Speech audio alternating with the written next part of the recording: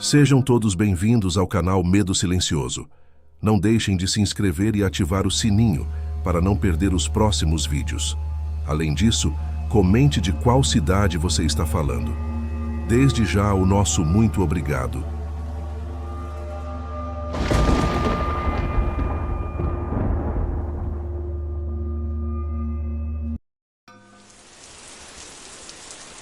Olá, pessoal.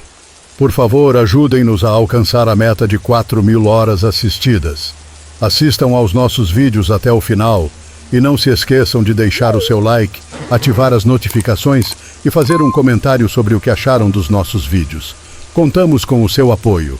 Agora, vamos ao vídeo. Eu nunca imaginei que meu primeiro trabalho no cemitério seria tão marcante. Tinha apenas começado a me familiarizar com o lugar quando fui designado para ajudar seu Antônio, o coveiro mais experiente, a cavar uma cova para um enterro que aconteceria em poucos minutos. O sol mal havia surgido e o ar ainda carregava a umidade da madrugada. Tudo parecia normal, mas logo descobriria que naquele lugar o normal era algo relativo. Enquanto cavávamos, uma mulher se aproximou de nós. Ela era uma senhora idosa, com roupas elegantes, que chamavam a atenção por sua simplicidade refinada. Seus olhos, porém, carregavam uma tristeza que eu não soube identificar de imediato. Ela nos perguntou, em um tom calmo e quase sussurrante, se poderíamos orientá-la até um túmulo específico. Respondi que sim, e perguntei se ela sabia em qual quadra ele estava. A mulher, no entanto, balançou a cabeça negativamente. Parecia perdida, tanto no espaço quanto em seus próprios pensamentos. Ela começou a descrever o túmulo, e logo percebi que sabia exatamente qual era. Eu conhecia aquele cemitério como a palma da minha mão, mesmo antes de começar a trabalhar lá. Era um túmulo imponente, todo preto, com uma capelinha onde repousava a imagem de Nossa Senhora. Ao lado, havia a imagem de um homem que havia falecido há mais de 2 décadas. Lembrei-me de como, quando era apenas um visitante, aquele túmulo sempre me chamava a atenção por sua beleza e imponência. Seu Antônio, com sua habitual eficiência, me instruiu a acompanhar a senhora até o túmulo enquanto ele terminava de cavar a cova. A mulher parecia imersa em uma tristeza profunda, seus passos eram lentos e seu olhar distante. Ao longo do caminho, tentei iniciar uma conversa, perguntando se estava tudo bem. Ela apenas balançou a cabeça, negando silenciosamente, sem pronunciar uma palavra. Quando finalmente chegamos ao túmulo, a mulher parou em frente a ele e ficou em silêncio por um longo momento.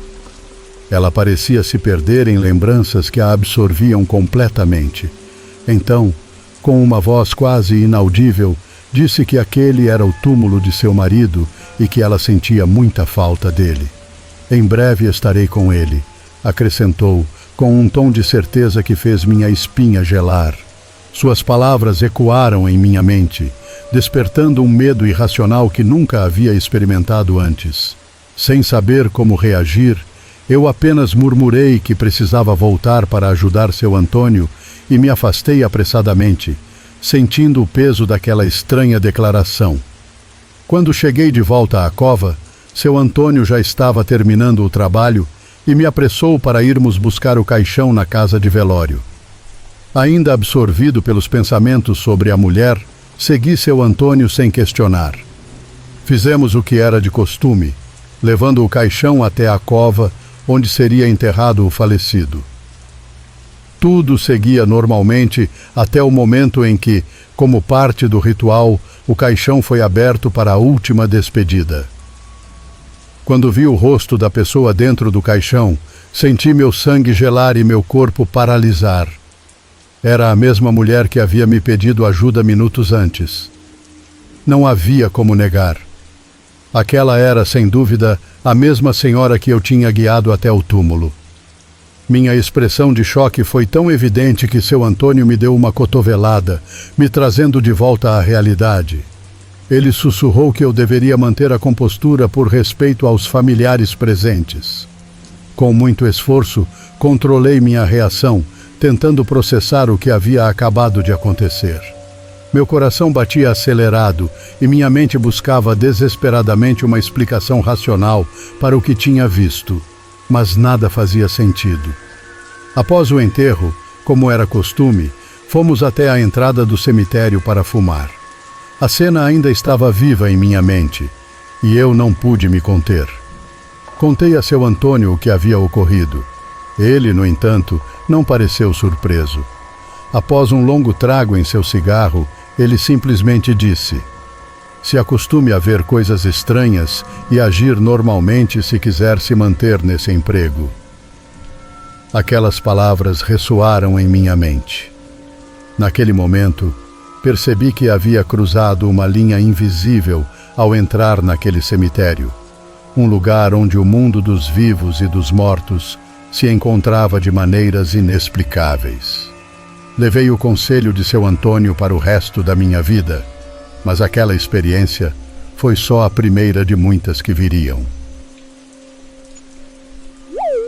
Meu nome é Theo e sou policial há 11 anos e já trabalhei em vários municípios do Espírito Santo. Minha escala de serviço é dividida em 12 horas de trabalho diurno, seguidas por 24 horas de descanso, depois mais 12 horas de trabalho noturno, das 19 às 7, e finalmente 48 horas de folga após o serviço noturno. Esse relato aconteceu em 2011, quando ele estava de serviço como um sargento que tinha 25 anos de corporação. O policial que conta a história tinha 45 anos de idade na época. Por volta das 2h30 da madrugada de uma noite fria, de quinta para sexta-feira, eles receberam uma chamada pelo 190 para atender uma ocorrência em um cemitério em Cariacica. Segundo o solicitante, havia pessoas furtando objetos dos túmulos. Ao chegar ao local, por volta das 2h30, não encontraram o solicitante, um senhor chamado Jair.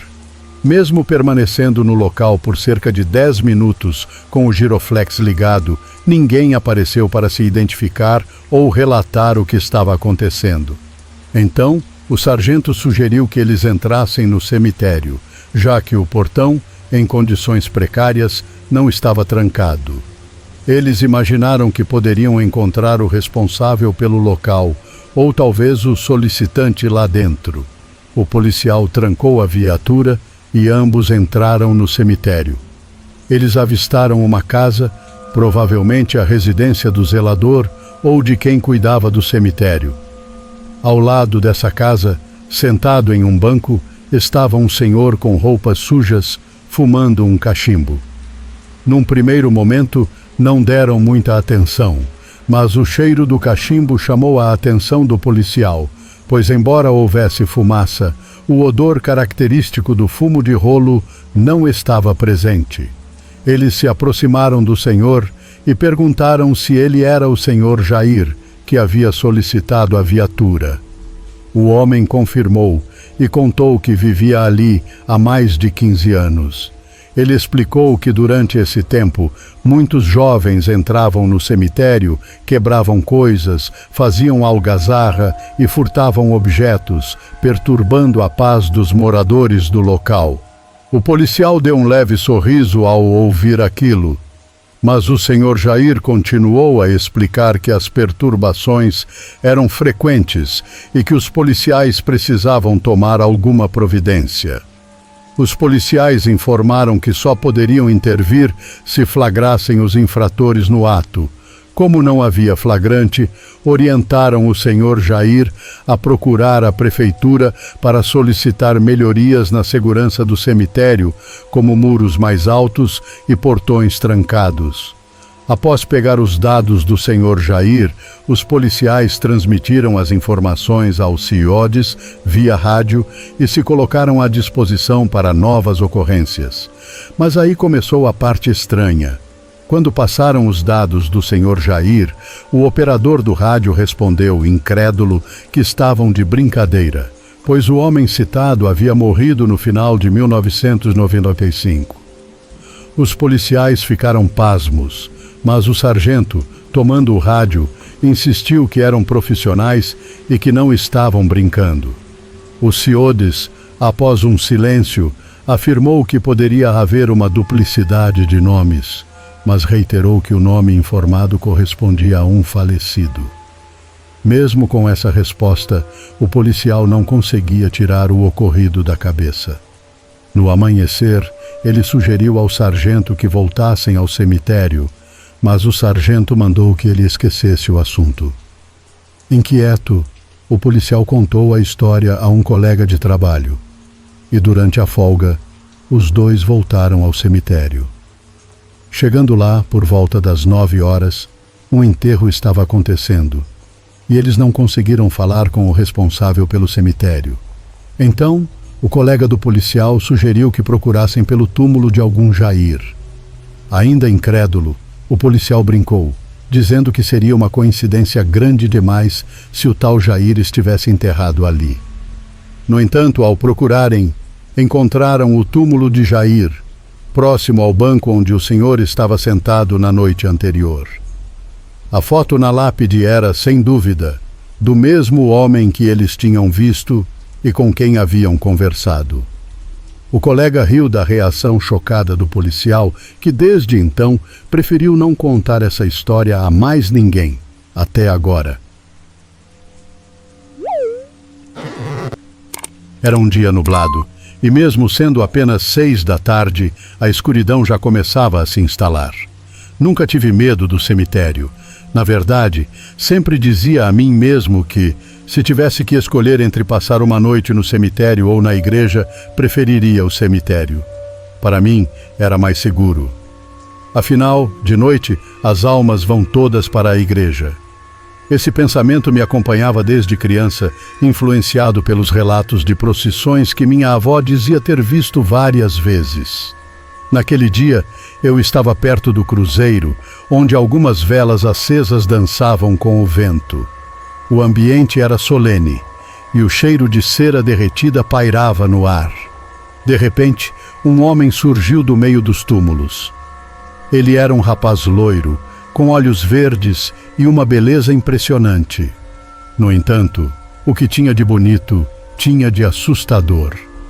A aura dele era bizarra, como se uma sombra o seguisse, e meu instinto imediatamente alertou-me para o perigo. Aproximando-me cautelosamente, informei que o cemitério fechava às 6 horas da tarde e que ele deveria se retirar. Ele, porém, não me olhou nos olhos e caminhou até o cruzeiro.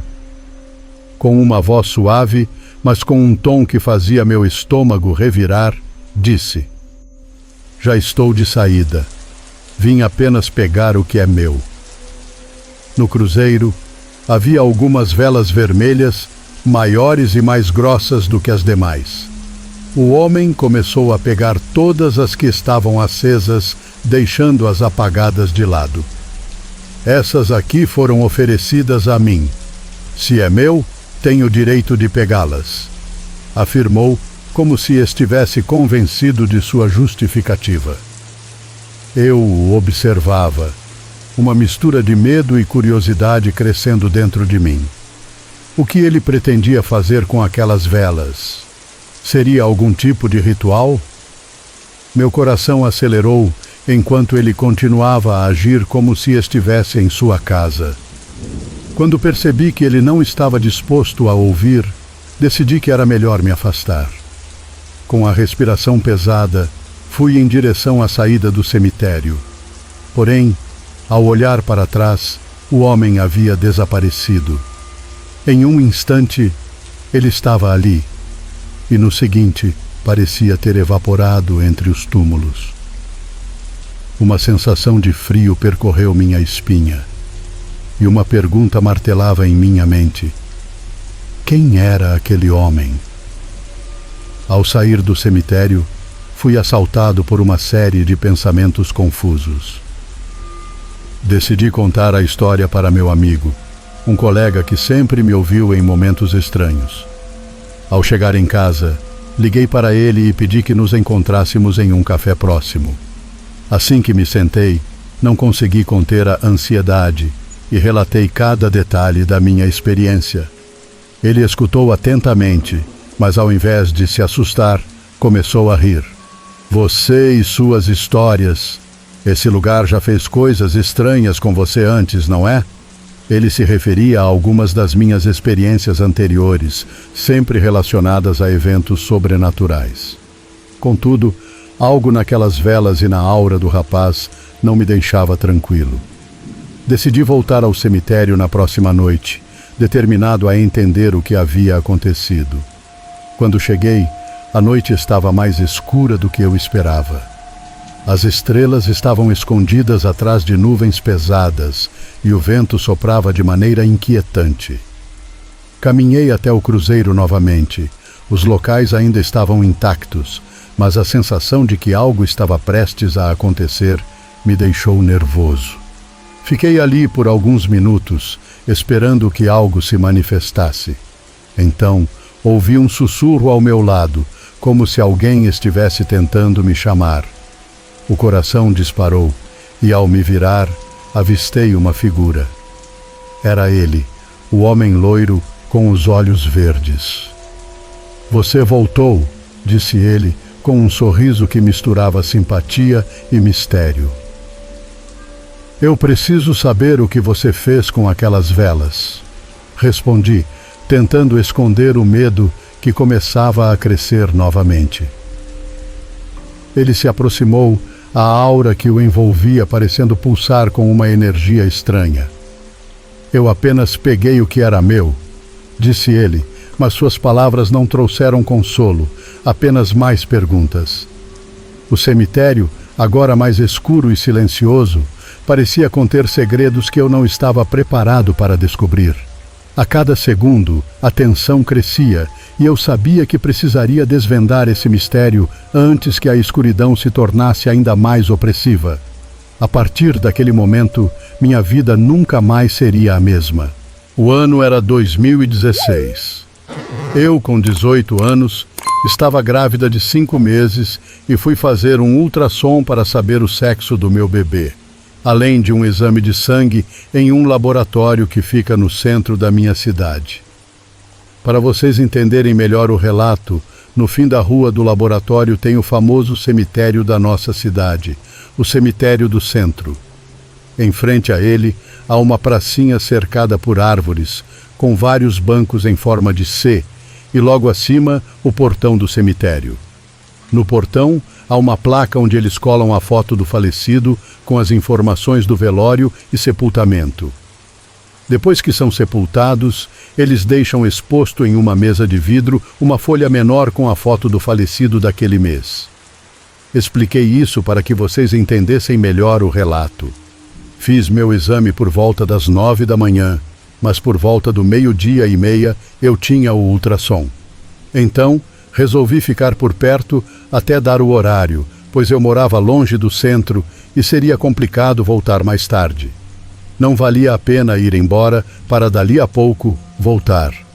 Então, fiquei por ali, tomei um café em um restaurante próximo e depois saí olhando as lojas. Quando foi por volta das 11:30, resolvi me sentar debaixo das árvores, pois o sol estava muito forte naquele dia. Fiquei lá descansando e, após uns 20 minutos, vi pela minha visão periférica uma senhora saindo do cemitério.